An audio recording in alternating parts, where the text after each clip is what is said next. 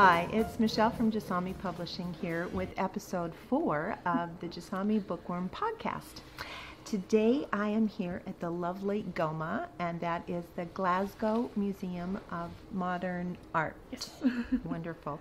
And my guest that I'm interviewing today is Eilidh Beaton, and Eilidh has a couple of aptitudes. She's not only one of our, she was an intern with us, but she's also just recently been promoted, so I'm delighted to do that.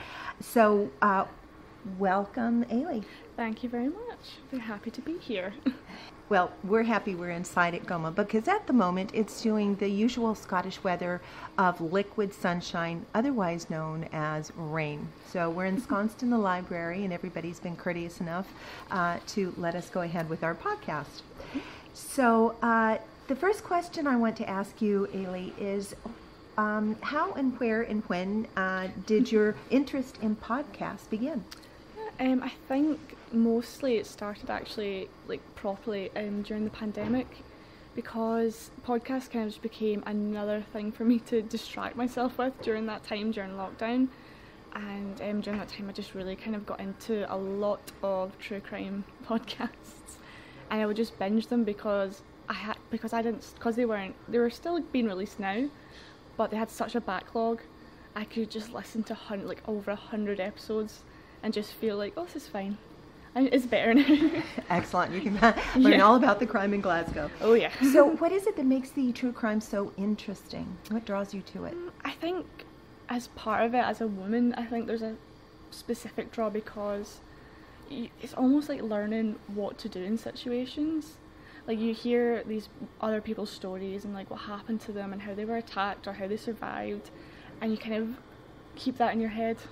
And I think that's one of the things I really like about it, because not only is it an interesting case and it's fascinating about the sort of human psyche and how people commit these horrendous things, but it's also, you just sort of learn things. I'm right, okay, when I get home, shut the door first thing. You never know if someone's following you, those sort of things, just wee things you wouldn't really always consider in day-to-day life. I just find it quite interesting.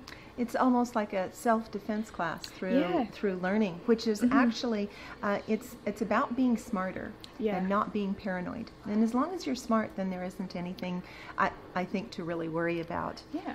So favorite genre, and when you joined Jasami, it was along the lines, since your expertise was in podcasts, that's what we wanted to for you to encompass. So please tell us what you worked on at Jasami as an intern.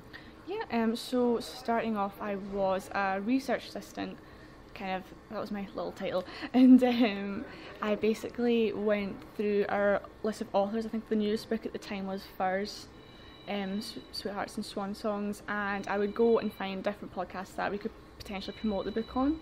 And I also did, I think at the start, a lot of children's literature podcasts, so I would just be listening to these very energetic hosts and seeing if we could get the books on the podcast, basically. It's a wonderful way. Jasami works very, very hard to promote our authors from very different different distribution channels, but also to make people aware of the wonderful books that we produce. Yeah. I'm slightly biased. So you joined us and you've worked on that for quite a while now. Yeah. Oh, when was it? November? I think it was November last year. Yes. By the time I started. Yes. And you've done such a wonderful job that when we decided to go ahead with the Jasami Bookworm Podcast, of course, the first person that we had to turn to after our tech Ian Mac to make sure it would run smoothly is we needed to have a producer, a proper producer. So I guess I get to introduce now, from the intern, I now get to introduce Eilidh as program producer for Jasami Bookworm Very Podcast. Exciting. Very happy. That's wonderful. Yeah. So what are your goals for our podcast? I think initially I want it to be a podcast that people come back to. So for me, when I was listening to the ones during lockdown, it became something I looked forward to every week, and I want to create that sort of atmosphere around the podcast. And to do that, I think, it's the guests. I want to make sure we can expand as well, so not just the in-house authors and interns interview, but after that maybe go on between, like we were discussing about maybe some Instagrammers and book talkers, like really just expand the podcast beyond Jasami, even like still promoting ourselves obviously, but having people come in and comment on it and like join the discussion. I think that would be really exciting. That's you brought up a very important point. We want our listening audience to participate in it. Mm-hmm. And as a matter of fact, on our website, when you go check out about the podcast, there's a form there. Just send us an email if you've got something interesting to share, if you think of someone that would be really great and interesting on the podcast. Everything is book related. However, book related goes far beyond just the books that we read and the interns and the authors. It's also about the process. We want to include everyone that's in the process of books. So from printers and designers to illustrators, and while we have them in-house, we'll be expanding it beyond that. So are there any other goals that you see with Jasami? Yeah, one, just a more general one, would be get onto the podcast charts. So obviously I think Apple Podcasts does it quite frequently. They have a top 100 literature podcasts, for example. Like, to get onto those charts and to earn that sort of recognition for the podcast would be like a long-term goal, I think. Or maybe short-term. Oh, Never wonderful. Know. Never know. We love hearing the goals. And we'll say, yes, we're going to shoot for this. However, if we aim higher, that's always, what is it they say? If you aim for the moon, you end up in the stars anyway. I really do like that. So you are a very busy young woman. You not only do the program for us, but you also work at the beautiful GOMA. Yeah. Would you like to tell me a little bit more about what you do here? Oh, basically, I am a library assistant here, so it's very fun. It's very customer service based. I get to help people with their books choices, reservations. Also, I quite enjoy it. Get to make the book displays, which has been a really nice thing to do. I recently, one behind us, done the book talk display for our young adult fiction to try and promote some books that are more of that genre and of that age that people have been recommending online, to try and get them out there. That's been really fun. And I've recently done my book bug training, which is Scottish Libraries Book Trust. They have a training session where we're taught to lead sessions for kids. So we have our little book bug toy and we sit on our knee and we're singing songs along with the kids and like reading them books, and it's sort of just to promote language and literacy skills and also promoting that bond between like parent and child. It was actually a really fun experience, so hopefully I'll be leading some sessions here soon when we get it up and running. Oh, excellent. That's wonderful. It's nice that when you work at a library, like the books, as many genres as there are, there's always interest in it. So it's especially important that the young start reading at an early age, because studies have shown that it helps with their education and just general interest in life, because it's a more expanded interest, because it wakes them up to so many different worlds that aren't just available. It expands their imagination. And I know about that. Do you have a favorite genre that you like to read, Eilidh, or does it kind of come and go depending on the season? I think it does come and go, because I go between, I like classic literature. I started reading that just before I went to university, and I think my first one was Austen's Pride and Prejudice. That just has a little space in my heart now, but I go between them. I used to read a lot of young adult fiction, and I love fantasy or science fiction. I love that sort of world building aspect of books as well. So I'm trying to read the Lord of the Rings eventually. That is my end goal for fantasy world building books. But I admire your dedication with Tolkien. I read the first one that he wrote. I read it for school just a few decades ago, and then I read it again for pleasure a few decades ago. And it is something that once you get into the language itself, language it's so important, but it also has so many different meanings. It's not just the words you say, it's how you say them, the context of the situation. So you can say a simple little hello to someone, and it can mean something completely different. We went into a lot more detail with that recently with our translators, as you know. Yes. And it wasn't the reason our translators, that's their own language and their own culture.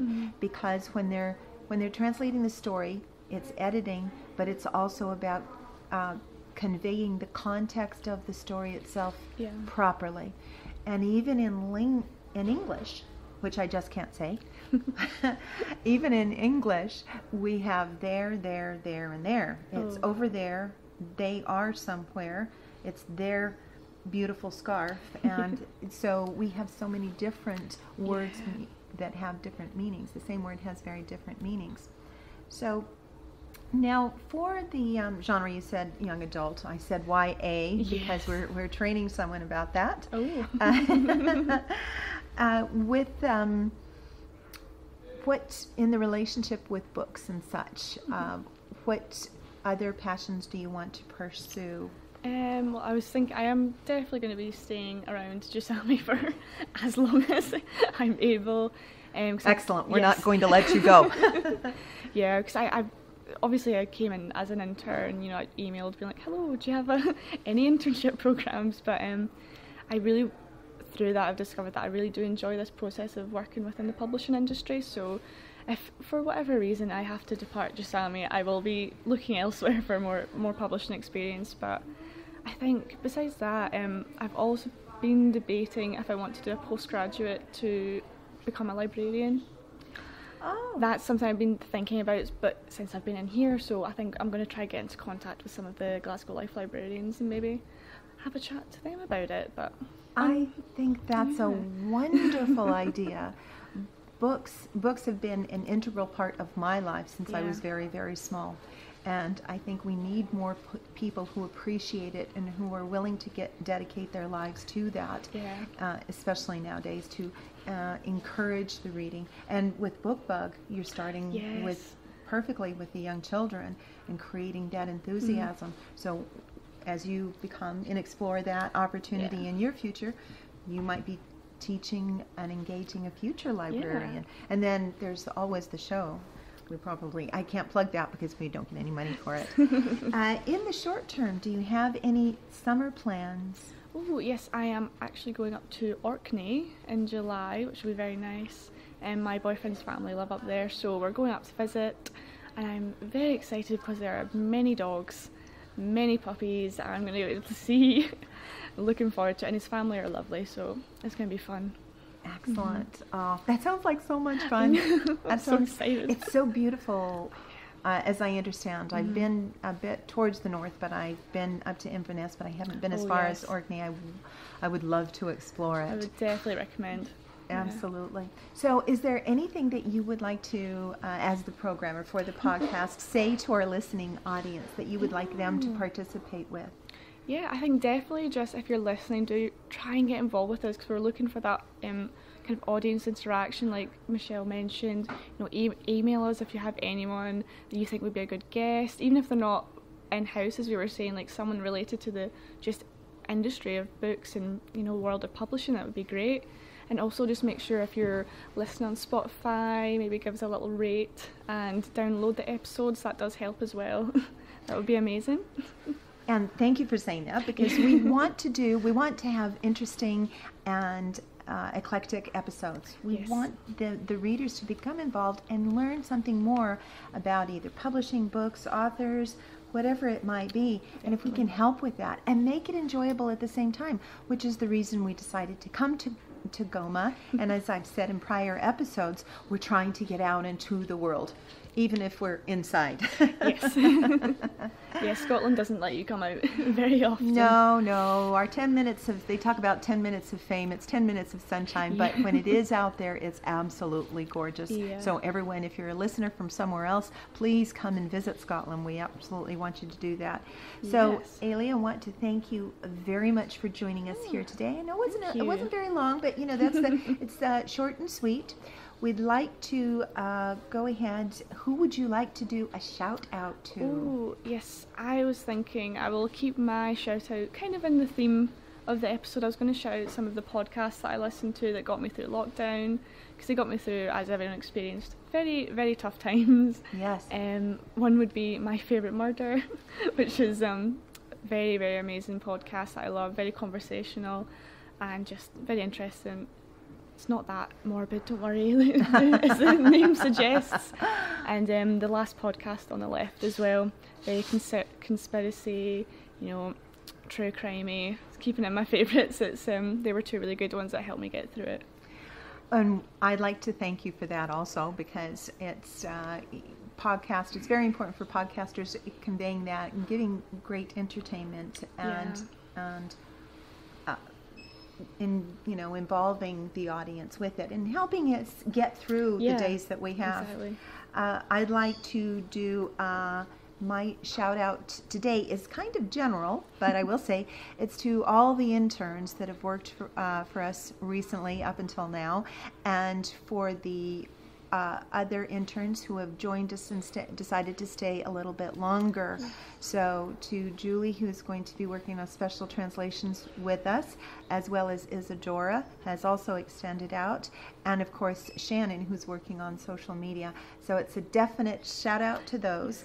And ones who have been around for a long time, Holly, our wonderful and talented illustrator, and Joy Dakers, who is a joy to work with and does our cover designs. I think I've listed everybody in there. I hope. If not, definitely send me the email and I'll make it now. So we'll say cheerio. Thank you very much, Eilidh. Oh, thank you for having me. It's been great. Very wonderful. Nice. And as I wish you every week, from Michèle at Jasami Publishing, it's Jasami Bookworm Podcast, and we wish you a sunny week.